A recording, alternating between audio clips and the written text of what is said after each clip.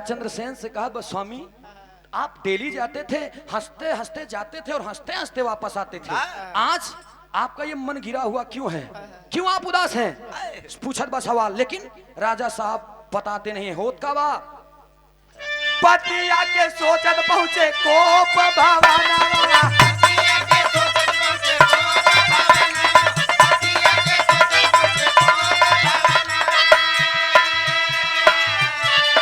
पीछे पीछे रानी अब पूछा किन बयानावा,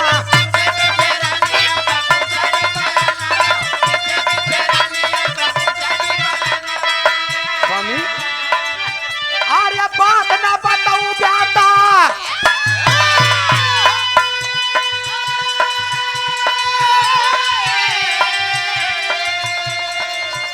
अरे बात ना बताई बात घूम व्यास पास हो, बतावा हमरे स्वामी काहे मने बाई उदास हो, बतावा हमरे स्वामी काहे मने बाई उदास हो, बतावा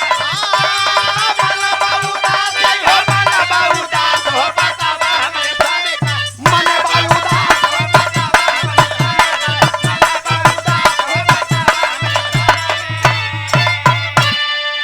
गौर करेंगे बाबूजी। कहते कहते घर में चले गए और लेट गए। रानी साहिबा चेड़ को दबा रही हैं और कह रहे हैं, स्वामी मुझे आप नहीं बताएंगे, मैं आपका पीछा छोड़ने वाली नहीं हूं, मैं मर जाऊंगी। लेकिन बिना पूछे माना बना। जब इतना बात सुने तो उठ करके बैठ गए। महाराज राजा चंद्रसेन उठ करके बैठ गए और कहा कि अगर तुम सुनना चाहती हो तो सुनो मेरी बात। पापड़ के भाव में बताए देन, का बताएं?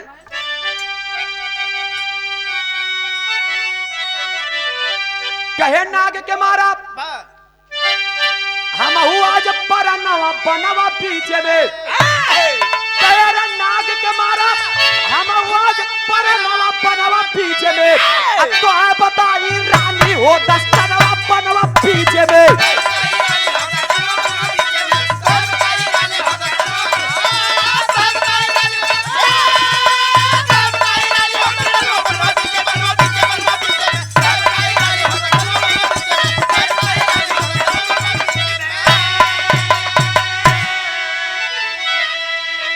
बड़ी भारी गलती कैली बनवा के भीतरी,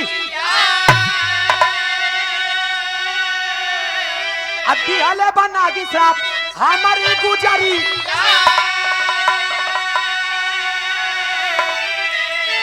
अरे चिंता में झुरात बाटे तनवा बनवा पीछे में, अरे चिंता में झुरात बाटे तनवा बनवा पीछे में, अब तो है बताई चोरी हो दस्तनवा बनवा पीछे में।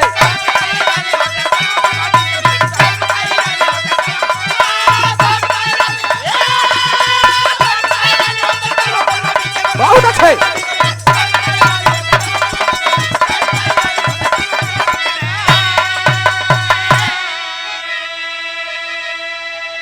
मुझसे गलती हो गई, मैंने जंगल में एक नाग को मार दिया और नागिन मुझे श्राप दे दी है कि जिस तरीके से मेरा पति मरा है वही तरीके से तू अगले जन्म में मर गया। तब सब कुछ छोड़ दिया राजा चंद्रसेन। भोजन ला करके देती है रानी साहिबा। राजा चंद्रसेन कहते नहीं मुझे भूख नहीं है, हटा ले जाओ। हटा दिए। 1 दिन 2 दिन 3 दिन 4 दिन 5 दिन 6 दिन 7 दिन खाना छोड़ दिए, दाना पानी सब छोड़ दिए। तबीयत बिगड़ने लगी। जब तबीयत बिगड़त बा धीरे धीरे धीरे धीरे बुखार से तमाम प्रकार के मर्ज पकड़ लिए। पूरे दुनिया में इलाज हुआ लेकिन राजा चंद्रसेन बच ना सके, पीड़ित हैं। आल्हा के भाव में बताओल गए, क्या बताओल गए?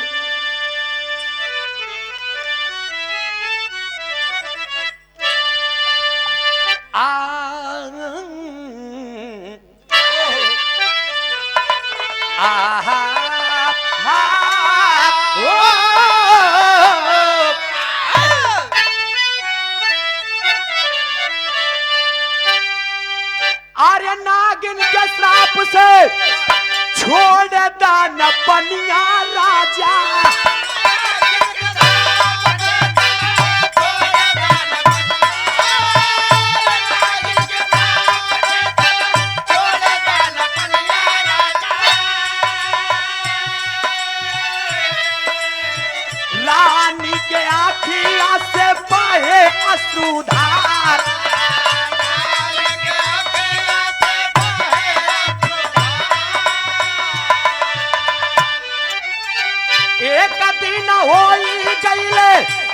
के मरनवा पंचो।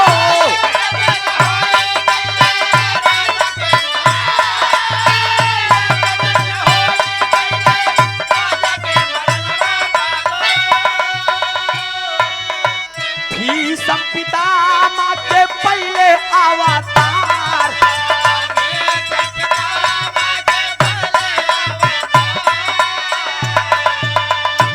राजा चंद्रसेन इस दुनिया से अलविदा बोल दिए। वही राजा चंद्रसेन के अगला जन्म भा तो कोई और नहीं, वही राजा चंद्रसेन भीष्म पितामह के अवतार हुए। और जब भीष्म पितामह के अवतार बहन मर कांटा हुआ तो कांटा चुभा रहन, जब इनके मर बाण चुभा रहन ना, तब द्रौपदी बताओ कि याद करा तू नगवा कौनो और नहीं है, अर्जुन रहे ना अर्जुन, और नगिनिया कौनो और नहीं, हम रहे, हम दादा हम ही श्राप दे रहे कि जितना कांटा हमरे सैया के तन में चुभा वो उतना तोहरे चुभी। किन लिहा जाए के जितना नागफनी के डार के कांटा नाक के घुसरा न उतना बाण तोहरे छेदी बे, खूब बाण छेदे पानी पोलराया हाथू। अरे बाप रे बाप, नगिनिया कहा हम नगिनिया रहे द्रौपदी। अरे बाप रे बाप, पूरी बात को सुन करके अवाक रह गए सब। भगवान श्री कन्हैया देख रहे हैं कि बारे द्रौपदी बड़ी अच्छी भी बात तुमने बता दिया। भीष्म दादा भी सोच रहे हैं, लेकिन कहे सुना ये दादा खड़ी में क्या बताएं।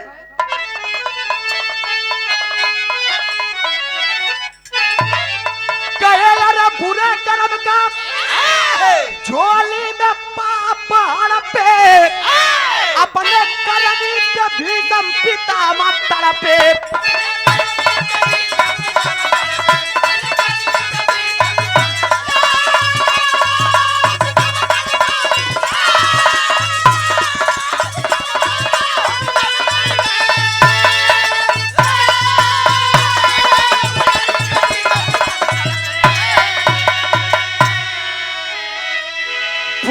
का झोली में पाप हड़पे, अपने करनी पे भीष्म पितामह तड़पे। वहीं से कहानी उठी, वहीं से लगा के फिर खत्म। दैन छाप में कहल गई मां साहब,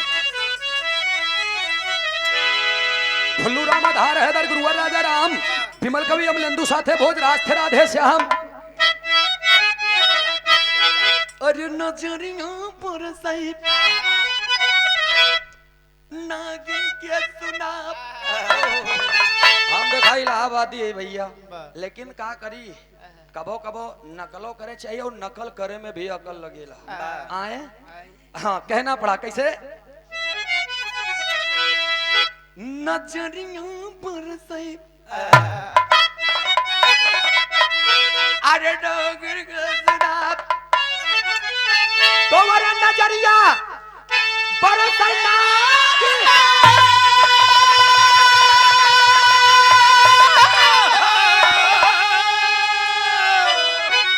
वो नजरिया परसई नागिन के सुना, गाँव सूरज यादव इलाहाबाद बखरिया, नजरिया परसई नागिन के सुना।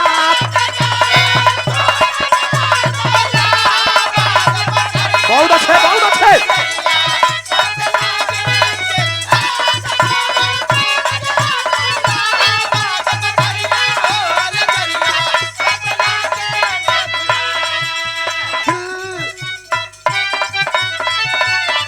अरे दिल धड़कने का बहाना ढूंढता है,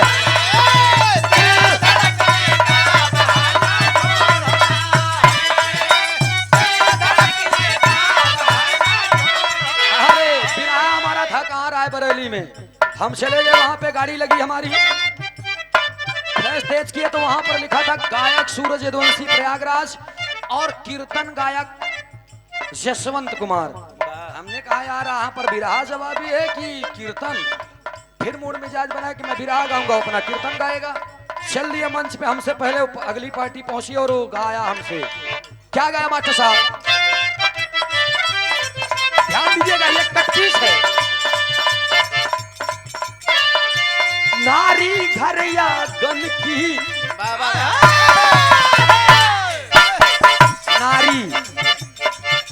नारी घर आंगन की सफाई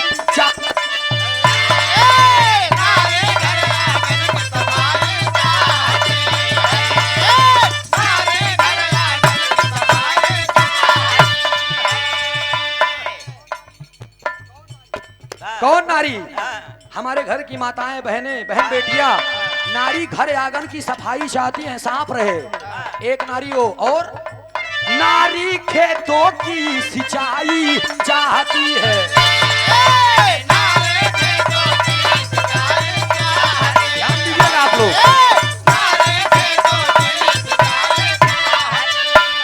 इस कटपीस पर आदरणीय आप सम्मानित श्री पवन कुमार प्रधान जी की तरफ से 1001 रुपए का पुरस्कार आया है। जोरदार ताली बजा करके आप लोग सम्मान करेंगे। बहुत बहुत नमस्ते बा प्रणाम बा आशीर्वाद दे, हम बशे कला में कामयाब रहें, जहाँ रहें खुश रहें आबाद रहें।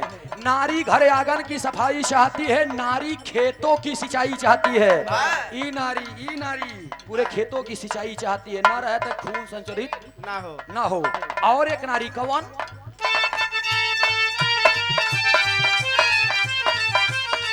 अरे नारी हो दुर्बल, अरे नारी हो दुर्बल, दवाई चाहती है। नारी घर आंगन की सफाई चाहती है, नारी खेतों की सिंचाई चाहती है, नारी हो दुर्बल तो दवाई चाहती है। लेकिन नारी हो उल्टा, नारी हो उल्टा कुटाई चाहती है। नारी हो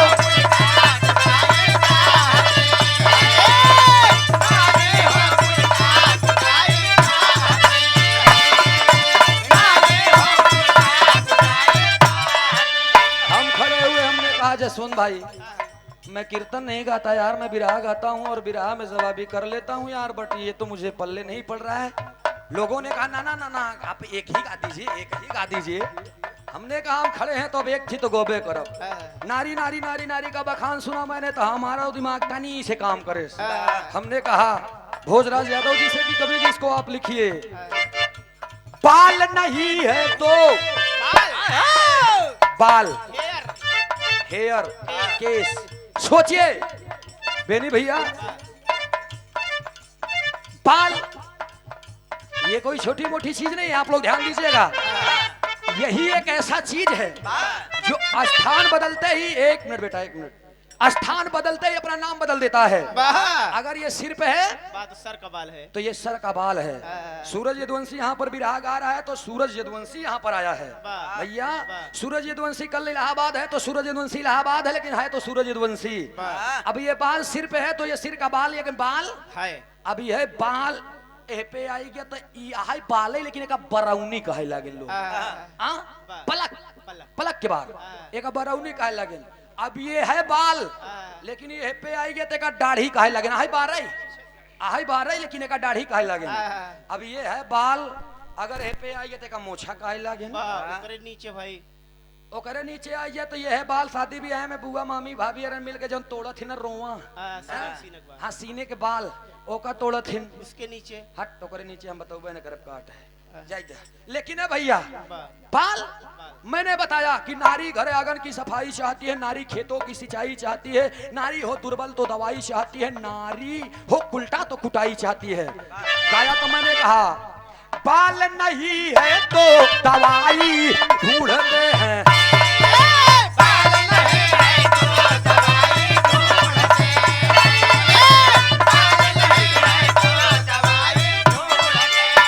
बाल जिसके सिर में नहीं है वो दवाई ढूंढता है 10-5 हजार के, जहां दवाई मिल जाए हमारे मुंह में बाहर आ जाए। लेकिन बाल आ जाए तो,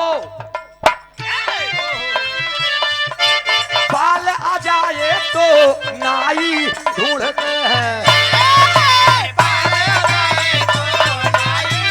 बड़ी बारी की बात है।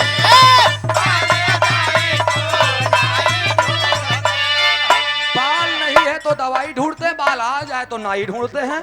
और बाल पक गया तो,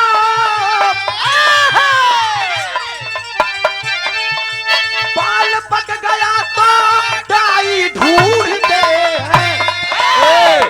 बाल नहीं है तो दवाई ढूंढते हैं, बाल आ जाए तो नाई ढूंढते हैं, और बाल पक गया तो डाई ढूंढते हैं। बाल पक गया तो डाई ढूंढते लेकिन बाल काला करके,